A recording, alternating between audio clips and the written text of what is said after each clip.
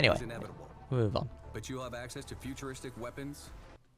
Okay, so whatever's going down, it just went south, or at least we're attacking some enemy camp or whatever it is. First thing I noticed was Piranha returns. That's the shotgun you might remember from Mass Effect 3, and also fire ammo. Now fire ammo has changed a little bit, not fire ammo only, but like power based ammo, so fire, electric, etc. That has changed slightly, and I will pick this up when we get to the screen. Obviously you can bring your two buddies with you again, so you've got one on the left, one on the right.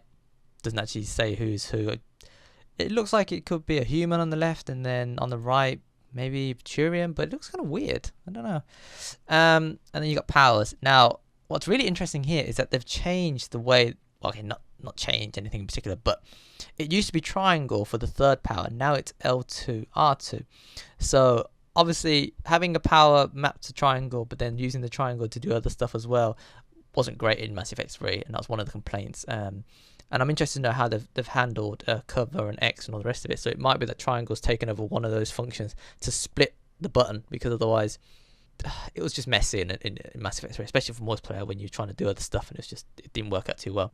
So as you can see, powered one to the left button, one to the right button, and then you press the two together, which is quite common these days. I mean, you've got it in Black Ops 3 and stuff like that, and it just works. It does well. So that's obviously why they've used it. But there is something coming up later on that I want to talk about, which might be interesting regarding those two buttons. Gear. Okay, so if we just take it back a second. On the right hand side, you've got like a shield here. I guess shield's not that particularly special, but it looks like something I returned to the Mass Effect 1. And then front and center, you've got the Anarchist. I don't know, a sub boss maybe. Sounds a bit, sounds like it could be a bit of a tougher enemy. Gear and powers to help you in your. And then you've got these like floating turret things. Okay, so obviously you've got the shield recharging. Again, that's nothing abnormal. Fight for a new home. Or taking damage rather. Okay, so that's one of the first looks at the power. Alright, so because things get a bit crazy from now on in, what I'm going to do is I'm going to bring the video down in speed slightly, just so that we can all see a bit more of what's going on before we miss it. And powers to help you in your fight for a new home. So as you can see, each of the enemies sort of given a role, a title. Again, there's nothing special, but it distinguishes who's more of a threat, especially if you're playing a certain character or whatever, right? Okay, so this bit is pretty cool. So it jumps into the air, and then it uses the boost function, biotic charge, if you want to call it that. I assume that's what it is, but basically that's just a really fluid way of doing it. Before you had to have a line of sight on the enemy, but now you can sort of jump up, create your own line of sight, and then dash towards them and smash them. So that's quite cool.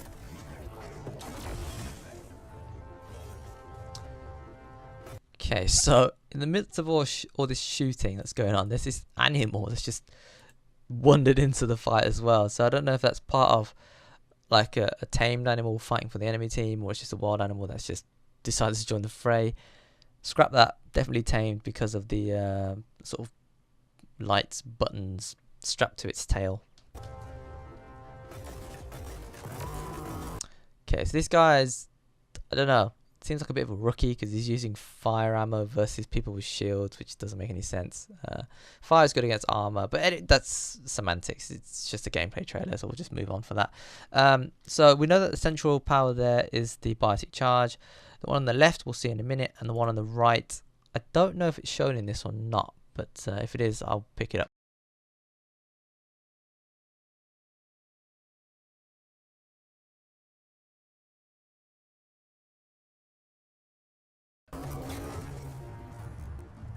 Okay, so what she just did there, this little dodge to the left, that is nice. So again, another added element of gameplay. So you can jump up, you can now boost to the left, you can now boost to the right. I assume you can boost forward and backwards as well without using the biotic charge. So that's really good. But does that use a bit of the shield? No, it doesn't. So it's just they were just taking damage at the same time. So far, really fluid movement. Okay, so power on the left is, as you can see, basically a biotic shield of some sort, and you can still move around, you can deflect shots, you can take a bit more damage. That's really cool. I really like that feature. And again, doesn't use any of the shield that you've currently got, so it's a separate power. Oh, but she still took damage though. Maybe that's from something else. Maybe it just reduces damage. So again, bit of a Bardic charge, and then I believe that's ammo dumps in the middle. Again, nothing new there. That's been in Mass Effect for a pretty long time now. So yeah, it's flashing red. Ammo's out, has to reload, as you can see. Okay, so 2 Hydras just dropped in, and these are like big mech things. Again, something similar to Mass Effect 2, but I think a bit more, I don't know, in the way that they attack kind of reminds me a bit like an Atlas from Mass Effect 3, but these are obviously fully robotic and not controlled by a human pilot. At least I don't think so anyway. And then you got that flying turret again, taken out, obviously just there. So this bit's really good. So not only can you hit targets on the floor, you can sort of not teleport, but you can get away from a situation. So being down here with these 2 Hydras, bad situation to be in, gets up there to a vantage point, and the quickest way to do it is a Bardic charge. So that's really good. I really like that.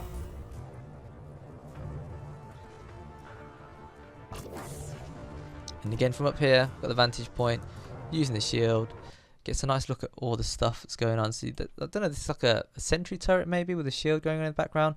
Maybe you can jump on it and use it for your own. Who knows? To the right, it looks like some vehicles, possibly. Maybe some mining vehicles. So maybe this is like an enemy mining camp, or maybe he's just full on just nicking their stuff. So as you can see, you can jump over edges and stuff. No longer have to rely on climbing on ladders and stuff like that.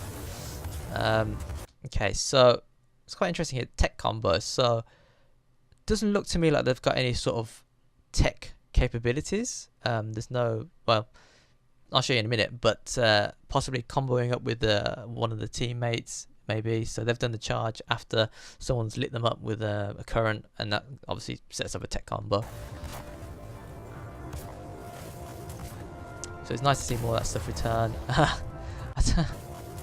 What's that guy just running across the... so the AI obviously could use a bit more... I mean, always could use a bit more work in games like this.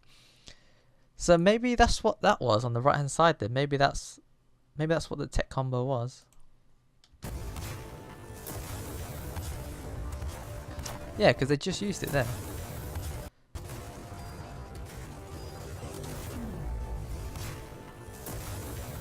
So maybe... Oh, okay. So maybe that was a tech combo then. I wonder what set it off though. Interesting.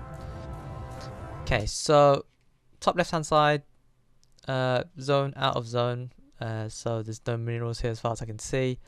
Looks like they're awaiting something to drop in. There is a single red dot on the screen, and not too sure what that represents at the moment. Okay, so this person's obviously expecting this drop. It looks like it's come from the ship itself, so maybe a resupply, ammo, armor, something. It doesn't look like there's someone in there. I would hope not anyway, but yeah, so it looks like a supply drop from the ship. So maybe if you run out of resources, you can call them in. Question is there a charge for it? How does it work? How do you restock it? And so on and so forth. Anything else you need, you'll have to find, steal, or craft. Ah, so maybe that is what this is. So you call in like a weapon crate or whatever, and then you can customize your ammo on the fly. You can customize your weapons. Without having to return to the ship and go into the armory physically. Oh, that's quite interesting. That'll save a bit of time. Okay, so top left hand side, rider, next level, and then it tells you how much XP you need to earn. That's pretty standard stuff. However, on the right hand side, you've got Nexus, next level, and then a different currency to earn. What's the Nexus and why is it different to Rider? Rider is obviously the character we're playing, so not too sure what that is. Obviously credits to the left of it, dirt poor at the moment. And then if you look at the center of the screen, so you customize your weapons, armor, ammunition type, I'm guessing, possibly powers, and then vehicle. So a lot of customization that you can do in the game, as you can see. Top left, item limit 23 of 40. At first, I thought this was something to do with the mining feature, but it isn't. As you can see, it's something to do with the armory or the customization options. So does that mean you can bring along 40 pieces of items only? And how does that work? Is it spread across all your armor, all your weapons, all your vehicle customization stuff and stuff like that? Or is it something else entirely? But it looks like it could be for what you're carrying with you. So in which case I'd probably prioritize weapons and armor. But that's just me. I don't know. So as you can see, Andromeda chest piece, Pathfinder chest piece, Deep Space armor, Helios Juggernaut 5. So each armor has its own level. As you can see, that's 5. That's X, which is 10. So maybe you can upgrade them once you've initially crafted or bought or sold said item. Just at the bottom center there, you can modify items, as you can see. But again, does that mean modifying it to make it a higher rank, or just modifying it, you know, like colors, patterns, that sort of stuff, you know, just cosmetics? Yourself. Okay, if I just take it back again. So as you can see, this particular piece of item, fully leveled. There's no description at the moment because obviously the game's still in development, but it does plus 12% tech damage, plus 20% tech effect duration, and plus 20% tech construct damage. What is construct? Interesting. I know what the other two are, but what is construct? Is construct a type of enemy or a type of resistance? Okay, so I'll just take it back again. Alright, so this must be the modding screen, obviously. So you've got okay. So what was the screen before then? Interesting. So I'm wondering if the screen previously, before you went onto this screen, which I believe is the modding screen, was that just showing you the stuff you've currently got equipped? But then she had more than one item of the same type. But then you go onto this screen, obviously you can do the helmet, which wasn't featured. You can do the chest piece, the legs and arms, which again weren't featured.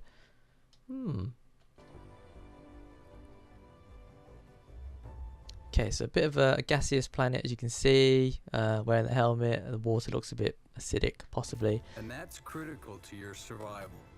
These worlds have many dangers from environment. Okay, so I mean, it's pretty self-explanatory what this person's doing here. Found some minerals, as you can see. First, you got to scan it, find out what it is, because it might be something you don't want. So maybe after you find out a specific type of mineral, you can just pick it up without having to scan it because you know what it is. So maybe that's what it is. As you can see, this is lithium. It's a useful light metal with multiple engineering applications, including vehicle batteries, radiation shields, and high-quality steel production. Rarity uncommon, so it does tell you what's rare and what's not, which is pretty good. Lithium can be detected via forward stations and mined with the Nomad. It can also be purchased from certain merchants. Now, this is interesting because technically this person isn't in the Nomad, but Until hazards to hostile wildlife. is able to, where is it? There you go. Is able to pick it up. Acquired lithium, and you also get XP from mining as well, which is quite nice. So again, this person's just happened across some wild animals, possibly. It's called a fiend. It looks pretty brutal. And as you can see, there's more than one dot on the screen, so he will be joined by a friend later on. There we go. So bottom left, pretty much confirmed that's an Asari. Still don't know what the one on the right is. The weapon on the left is a Revenant, so that returns. It wasn't a particularly good weapon in the third game anyway, or the second one for that matter. Not too sure what the powers are, but as you can see, there is a number next to each of these. So these aren't rechargeable, these are pickups. So it's grenades, explosives, that sort of thing. And then the one on the right is quite interesting, and I'll point this out when we get to it. What's this? So the blue thing, the ship, maybe? Not too sure. And then what's this white thing? So that white symbol is back again. That featured earlier on in the trailer. Oh, there you are. So I've just missed it. So the 8 turned to 7 because the person used the power. There you are. So it's a grenade launcher. That's what that is.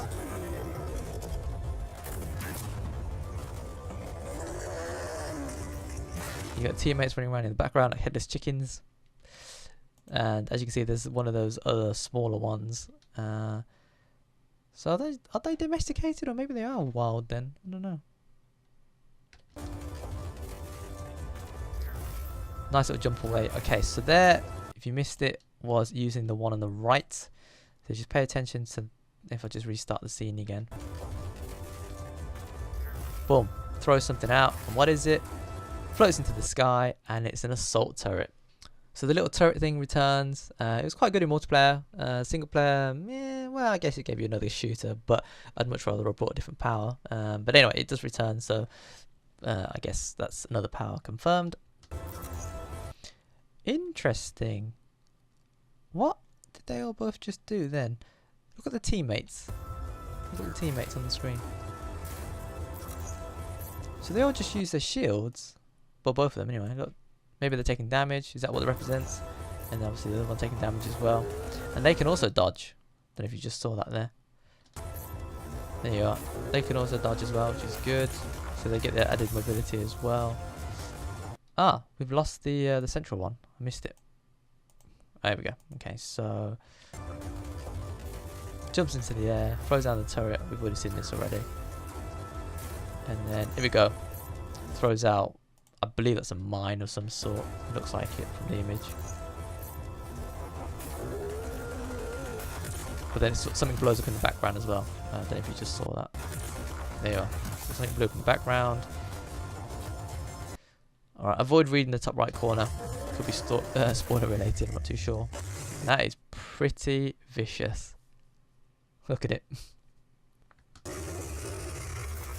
And gets full on eaten, and that's the end of that mission. Okay, so a couple of interesting things to note here on this page. Oh.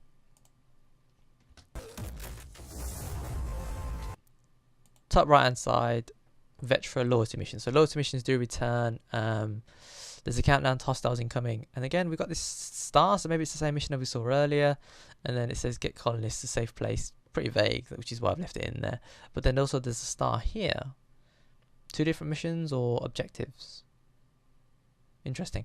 Anyway, so that's a Turian. So what was the other one? What was the other one? Not too sure what the weapon is. Could be the particle rifle because there's no ammo count, but there is a number. Particle rifle was, of course, an infinite firing weapon. You just had a cooldown on it instead. Fire, I think. Skipping, looks like. It's oh no, actually, I know what it is. I'll explain it when we get to it. Not too sure what that is on the right hand side. But that middle one there, if you just watch, boom, shield. Quite nice. That would be really cool for multiplayer, actually. Looking forward to using that. And obviously you've got enemies here, and it does look like it's a particle rifle to me. It's basically shooting a laser beam. You got raiders. Oh, so the shield's on a countdown as well. Yeah, so you have 2 shields. You can only bring 2, so it's consumable. So maybe it uses resources that you've collected, and you have to craft it or whatever, or purchase it from a store.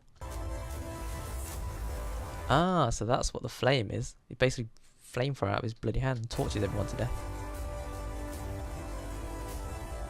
And then here again, different planet.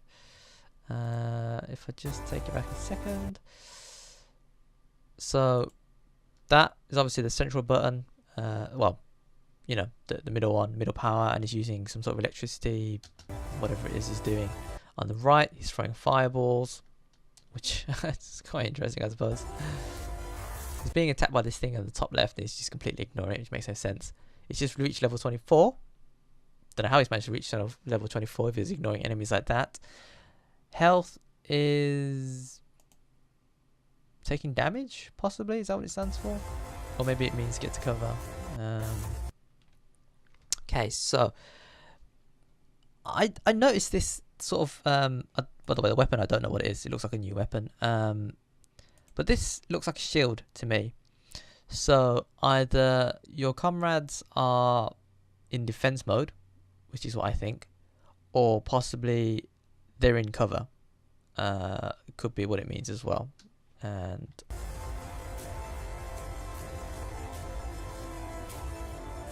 So we're on that rainy planet again. Set at night time. Nice little flyover. Okay, on this scene here, on the left you can see it's assault turrets, so not only can the enemies have them, but you can have them as well.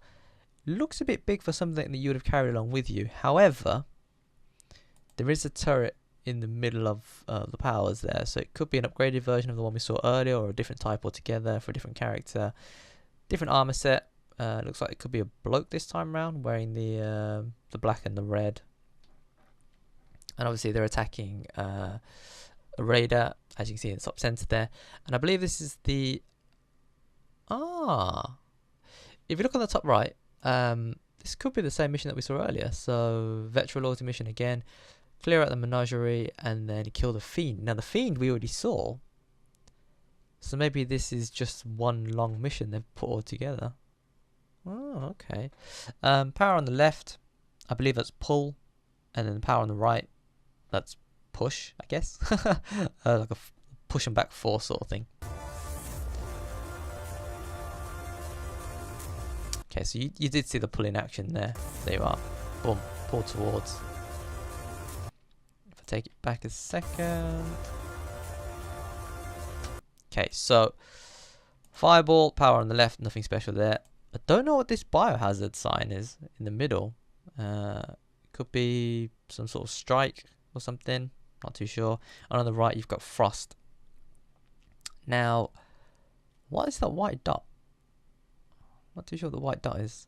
But this guy's obviously bringing along fire, possibly something to do with organics, and then frost.